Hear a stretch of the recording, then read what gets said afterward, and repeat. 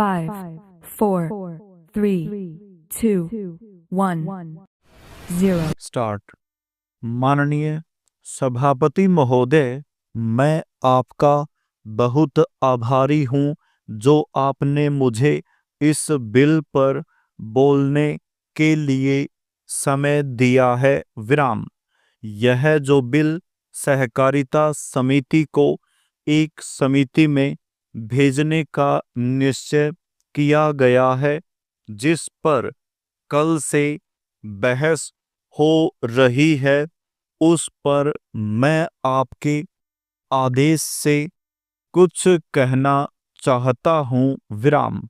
श्रीमान, इस बिल को देखा जाए तो यह समझ में आता है कि यह कोई नया बिल नहीं है, बल्कि जो सन 1912 का कानून है उसी की लाइन पर बनाया गया है और कोई नई बात नहीं रखी गई है। विराम।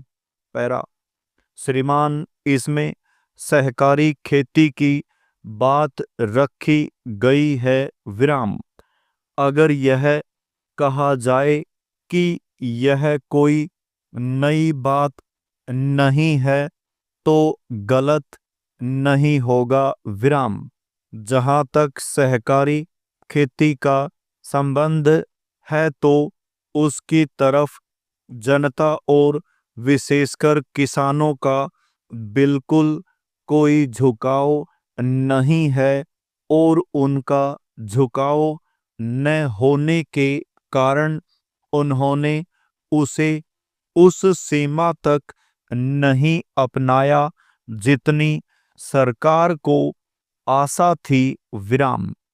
श्रीमान, आपको मालूम है कि नागपुर कांग्रेस में यह प्रस्ताव पास हुआ है कि सहकारी खेती कराई जाए। विराम। पूरे देश में इस समय इसका जोर चल रहा है और इसको लाने के लिए न मालूम इसके कितने रूप रखे गए हैं। विराम। यह कहा गया है कि इसके अंदर कोई जोर नहीं है। विराम।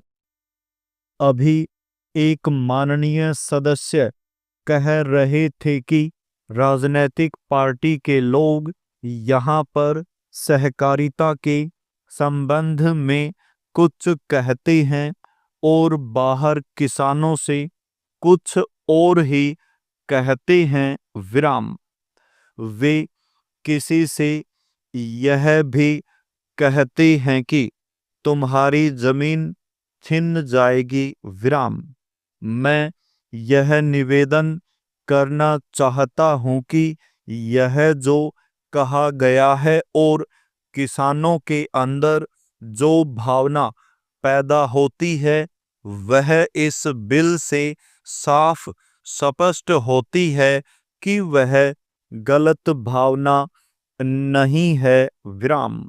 मैं यह जानता हूं कि जब किसान पार्टी का जोर बढ़ा और किसानों की आवाज ऊंची हुई तो सरकार ने और हमारे नेताओं ने यह कहना शुरू कर दिया कि हम सरकारी खेती को किसानों के ऊपर लादना नहीं चाहते। विराम।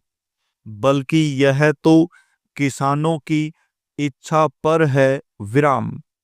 लेकिन इसके साथ ही साथ एक बात मैं पहले भी निवेदन कर चुका हूं और फिर भी निवेदन करना चाहता हूं कि नेताओं का अपना विचार होना चाहिए। विराम।